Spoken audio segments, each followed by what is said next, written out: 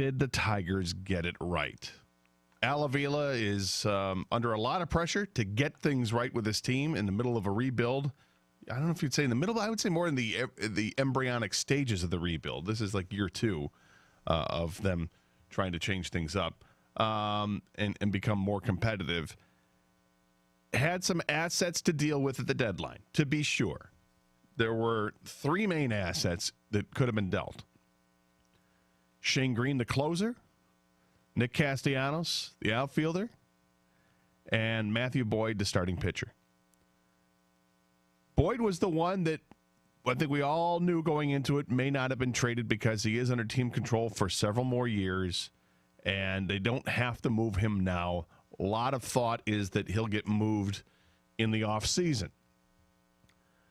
Shane Greene was moved. Shane Greene was moved for a couple of players, and one is a guy who's going to end up playing with the Tigers tomorrow night in Texas, in Demerit. And kind of interested in that one because you look at a big guy. I like to look at statistics. I'm a big man. Well, I am a big man. We know this. But I'm big at looking into statistics. Always have been since I was a little kid, looking at baseball cards and all that. Just love it. And you don't glean everything from just looking at statistics because they're only numbers. You don't get to see things live and in person, which is why I'm always a little hesitant to really latch on to all the analytics people because it's numbers. It's a lot of numbers, and they're manipulated in a way for people to come up with their own evaluations, and that's fine. It doesn't mean it's a perfect system, and it's not a perfect system. But I will tell you this: what I see out of Travis Demerit, who's the outfielder that the Tigers got, one of the players they got in the trade for Shane Greene. They also got Joey Wentz, a left-handed pitcher. What they ended up getting was 2 first-round picks.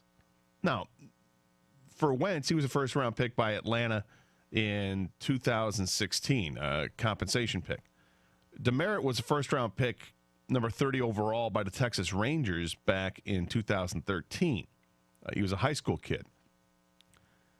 What I like about Demerit in looking at his numbers throughout his minor league career is that he kind of reminds me of Kristen Stewart with what he had done in the minor leagues. Well, Kristen Stewart maybe a little bit more accomplished than Demerit, but Demerit putting up the numbers this year with a 286 batting average at AAA, you can't ignore that. Now that is it's his better one of his better seasons he's having right now, with the 20 home runs to go with 74 RBIs at this point. He's played awfully well at AAA and deserves a chance to play in the major leagues, and he's going to get that chance to play while he joins the team this weekend as they play against the Texas Rangers. I'm kind of excited about that. That's a bat that they got. Now, the other 3 players, and they got a couple of pitchers from the Cubs system in exchange for Nick Castellanos. So they got 3 pitchers and they got an outfielder, which wasn't exactly, I think, what Tiger fans were expecting. Tiger fans were expecting to get more position players. Now, one of the things I heard Avila say this morning, he was talking about the position players, and yeah, they would have liked to have added that, but what's the point in adding position players if that's what if the other teams are offering you, their 8th and 9th prospects and their position players, but they're also offering you their perhaps 3rd, 4th, whatever it is, but they're pitchers. You can't ignore talent. And if you're going to get something in return for the players, you may as well get talent that you think projects to being a major league player. So it sounded like the players that they could have gotten from some of these franchises were not projected to be major league players down the road at positions other than pitcher. So you get what you can get at the deadline, and that's what they did. They went out, they got an outfielder. He'll play with his team this weekend. They got a left-handed pitcher who's, a first-round pick from a couple years ago, kind of highly touted sort of in a way. But he's going to join the rotation right away in Erie with Manning and Mize and Skubal and all those guys. So that's going to be interesting to watch that. At some point, one of those guys is going to get moved up to AAA, I'm sure. At least one of those guys get moved up to AAA. So it's the haul they got for Shane Greene, in my opinion, I think is a pretty good haul. given all the relief pitchers that were on the market yesterday, a lot of posturing going on. And as the day was unfolding, it was kind of interesting looking at Twitter and seeing all the baseball writers report on asking prices and stuff like that. And, people said, well, Pittsburgh, for their closer, they were asking for Gavin Lux from the Dodgers, and the Dodgers weren't going to do that. Well, people were criticizing Avila because Avila wanted to get Gleyber Torres for Matthew Boyd. That was the report. Or Kyle Tucker for Matthew Boyd. And you're never going to get that. Well, you got to ask for it. You're going to end up settling for something less, or you just don't make the trade, which in the Tigers' case, they didn't make the trade for Boyd, and they were able to make deals for Shane Greene because the market ended up, you're watching this happen, and the Tigers are talking with the Braves and the Nationals. Nationals are really interested. They want to add a relief pitcher. Sounds great.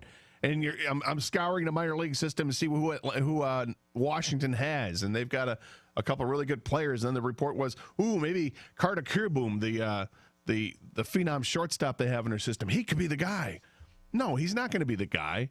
And the Nationals knew that the price was too high for Shane Greene, and they ended up getting 3 relief pitchers that aren't anywhere near as good as Shane Greene, but they didn't give up much either.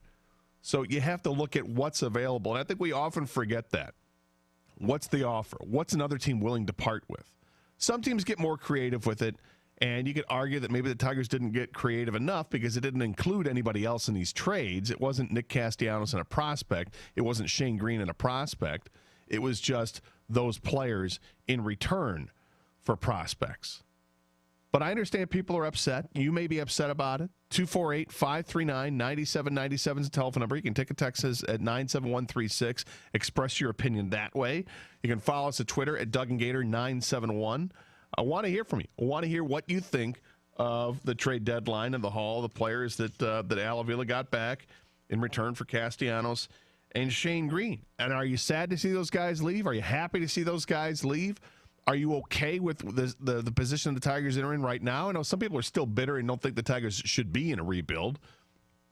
Some people don't like what they've gotten in the rebuild to this point over the last couple of years, and I totally understand that. But I want to hear from you and hear exactly what you have to say about this. And I'm interested in see what this team does the rest of the way and see if they come back.